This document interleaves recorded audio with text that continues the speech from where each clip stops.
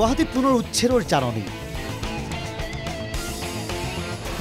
আদিংগিৰিৰ পাছত ফটাশীল সংৰক্ষিত বনাঞ্চলত চলিব উচ্ছেদ অভিযান 7 দিনৰ সময়সীমা দি উচ্ছেদৰ জাননী প্ৰেৰণ কৰিলে বন বিভাগে ফটাশীল সংৰক্ষিত বনাঞ্চলৰ কালাপানীত লাগিল হাহাকাৰ সংৰক্ষিত বনাঞ্চলৰ মাটি বেদখল কৰি ঘৰ দুৱাৰ সাজিছিল একাংশ লোকে হাবি ভাঙি উলিয়াইছিল ৰাস্তা পদূলি অস্থায়ী ঘৰৰ উপৰি পকী ঘৰ পৰ্যন্ত সাজি বনভূমি বেদখল কৰিছিল লোকসকলে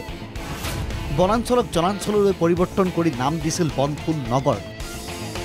পিছে চৰকাৰৰ উচ্ছেদ অভিযানে সামৰি ল'লে এই বনফুল নগৰক অঞ্চলটোত দেওবাৰে আৰক্ষীৰ উপস্থিতিত বন বিভাগে ঘৰে ঘৰে জাৰি কৰে উচ্ছেদৰ জাননী 7 দিনৰ ভিতৰত স্বেচ্ছাই এই অঞ্চল ত্যাগ কৰিবলৈ নিৰ্দেশ দিছে বন বিভাগে ফটাশীল সংৰক্ষিত বনাঞ্চলৰ কালাপানী পাহাৰৰ 100 পৰিয়ালে লাভ কৰিছে এই জাননী নিৰ্ধাৰিত সময়ৰ ভিতৰত এই স্থান ত্যাগ নকৰিলে বিভাগীয়ভাৱে ব্যৱস্থা গ্ৰহণ কৰা হ'ব বুলিও জাননীত উল্লেখ আছে আমাৰ আজি মোটামুটি 4-5 দিন মান আগৰ পৰা আমি এইবিলাক নটিচ দিয়া কাম আৰম্ভ কৰিছোঁ আজি ইতিমধ্যে আমি 20টা মান পৰিয়াল দিয়া শেষ হৈ গ'ল আমাৰ ৰিজাৰ্ভখন ফটাশীল ৰিজাৰ্ভ স্থানীয় নাম কালাপানী সোনকালে তেওঁলোকক খালী কৰিব দিছোঁ জেগা সংৰক্ষিত বনাঞ্চল গতিকে সংৰক্ষিত বনাঞ্চলত যোন আছে ই বেদখলকাৰী উচ্ছেদৰ জাননী লাভ কৰাৰ পাছতে কালাপানীৰ বনফুল নগৰৰ বাসিন্দাসকলৰ মাজত হাহাকাৰ লাগিছে মুখ্যমন্ত্ৰীৰ বিকল্প ব্যৱস্থাৰ বাবে অনুৰোধ জনালে একাংশ লোকে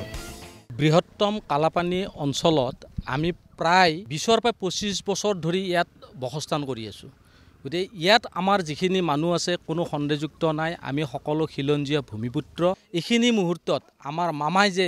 আমাক এই নিঘৰি কৰিব এইটো আমি ভাবা নাছিলোঁ গতিকে আজি নটিচ পালোঁ গতিকে এই নটিচখন মামাই ৰক্ষা নকৰিলে আমাক ৰক্ষা কৰন্তা নাই মামাৰ ওচৰত আমি কাটৰ অনুৰোধ যে আমি খিলঞ্জীয়া ভূমিপুত্ৰ মামাই যাতে আমাক ৰক্ষা কৰে ইয়াত বাছি কেইঘৰমান মানুহক নটিচ দিছে এইটো কিন্তু আমি মামাক ভাল পোৱা নাই মই ভূমিপুত্ৰ মই খিলঞ্জীয়া গৰীয়া অসমীয়া গতিকে মোকো যদি তেওঁক সন্দেহযুক্ত হিচাপে তেওঁলোকে কয় এইটো আৰু দুখজনক কথা এইসকল লোকে বনভূমিত মাটি দখলৰ সাহস কেনেকৈ পালে কোনোবাই বনাঞ্চলৰ মাটি বিক্ৰী কৰিছিল নেকি এই মানুহবোৰক এওঁলোকৰ প্ৰকৃত ঠিকনা কি বিয়াগুম বন বিভাগে অতদিনে গমেই নাপালে যে বনফুল নগৰ পাতি পকী ঘৰ পৰ্যন্ত একাংশ লোকে সজাৰ কথা নে কিবা বুজাবুজিৰে সংঘটিত হৈছিল দুষ্কাৰ্য কালাপানী পাহাৰৰ বনফুল নগৰত একাংশ আছে বিদ্যুৎ যোগান কেনেকৈ শক্তি বিভাগে বিদ্যুৎ সেৱা আগবঢ়াইছিল বনাঞ্চল বেদখল কৰা লোকক এইবোৰ দিশত প্ৰশাসনে দৃষ্টি দিবনে